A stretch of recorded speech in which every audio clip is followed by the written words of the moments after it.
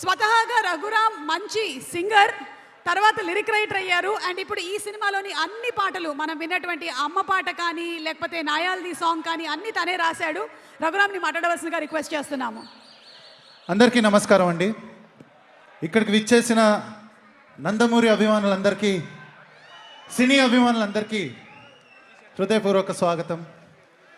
చాలా చాలా చాలా హ్యాపీగా, ప్రౌడ్గా ఉందండి నాకు ఇవాళ ఈ స్టేజ్ మీద మీ అందరి ముందు నిలబడ్డం. ఈ సినిమాకి ఈ పాటలన్నీ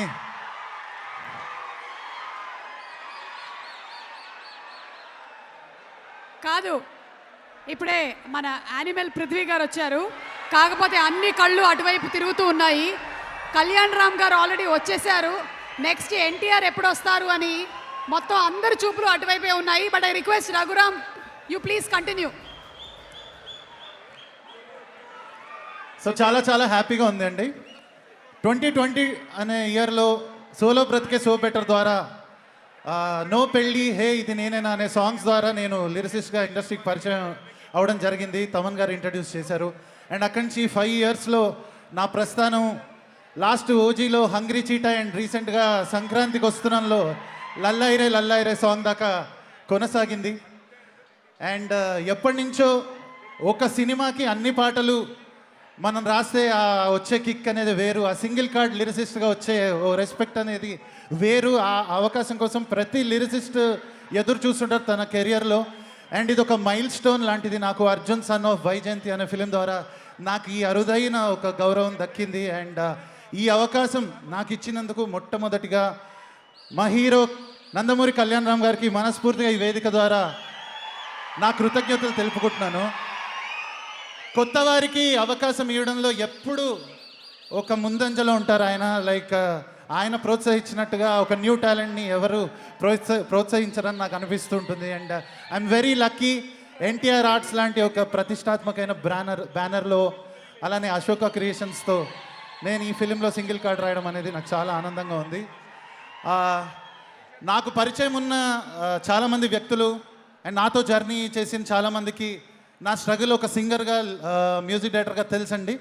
బట్ లిరిక్ రైటర్గా ఈ 5 ఇయర్స్ జర్నీ అనేది, ఇంత సక్సెస్ అనేది నేను ఏ రోజు నా కళలో కూడా ఊహించలేదు. ఇలాంటి వేదికల మీద ఇలా ఇక్కడ మీ అందరి ముందు నుంచి మాట్లాడతా అని. సో దీనికి ఒక చాలా బలమైన కారణం ఉందండి. మీ అందరి అనుమతితో మా అమ్మగారిని ఒకసారి వేదిక మీదకి పిలవాలనుకుంటున్నాను అండి. Mummy please.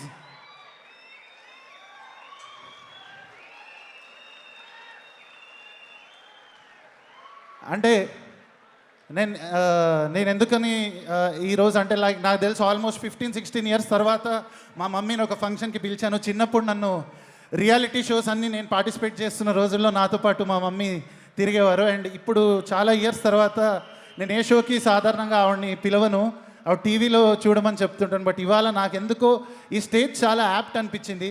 ఎందుకంటే అర్జున్ సన్ ఆఫ్ వైజయంతి అనేది ఒక జెన్యూన్ మదర్ అండ్ సన్ మధ్యలో ఉన్న ఒక జెన్యూన్ ఎమోషన్ని ఒక నెక్స్ట్ లెవెల్లో చూపించిన ఒక సినిమా.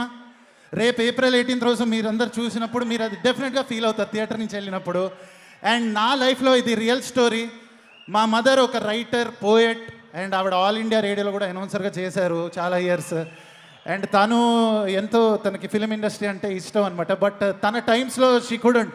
అండ్ అది నా ద్వారా ఇక్కడ లైక్ నేను ఎప్పుడు సర్ప్రైజ్ అవుతుండేవాడిని. ఇన్ని సాంగ్స్ నేను ఎలా రాశాను, నేను ఎప్పుడు ఏ బుక్స్ చదవలేదు, ఏ లిటరేచర్ చదవలేదు.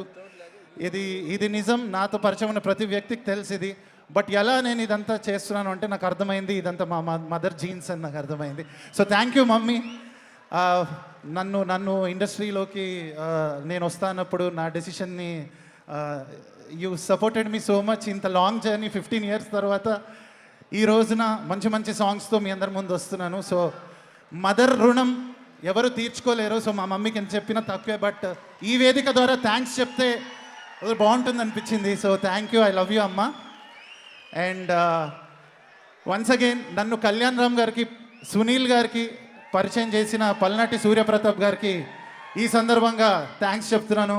అండ్ ఈ జర్నీలో నేను కలుసుకున్న చాలా మంచి మిత్రులైన వ్యక్తులు అజనీష్ లోక్నాథ్ గారు, మా డైరెక్ట్ ప్రదీప్ గారు, శ్రీకాంత్ విస్సా గారు, వీళ్ళందరితో జర్నీ అనేది ఐ కెన్ నెవర్ ఫర్గెట్ అండి.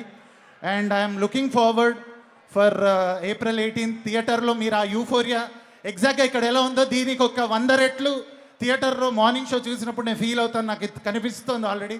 So thank you so much అండి everyone for giving this opportunity. And ఎవరైనా మర్చిపోయి ఉంటే క్షమించండి. థ్యాంక్ యూ సో ఎవరిని మచ్. మర్చిపోయినా ఏం పర్లేదు, వాట్సాప్లో నాకు పంపించేసేయండి, నేను పోస్ట్ చేస్తాను. Thank you so much Raghuram గారు అండ్ అమ్మ, congratulations to you too. Thank you very much. Thank you. Swayam Krushi, rowdy inspector లాంటి సినిమాల్లో మనల్ని నవ్వించి కవ్వించి, కర్తవ్యం అలాగే ప్రతిఘటన లాంటి సినిమాలతో హీరోయిన్లోనే ఒక కొత్త మాస్ ఇమేజ్ని తీసుకొని వచ్చి థియేటర్స్ ముందు హౌస్ఫుల్ బోర్డ్ పెట్టించగలిగినటువంటి సత్తాగా, లేడీ సూపర్ స్టార్గా, లేడీ అమితాబ్ బచ్చన్గా పేరుగాంచిన మా విజయశాంతి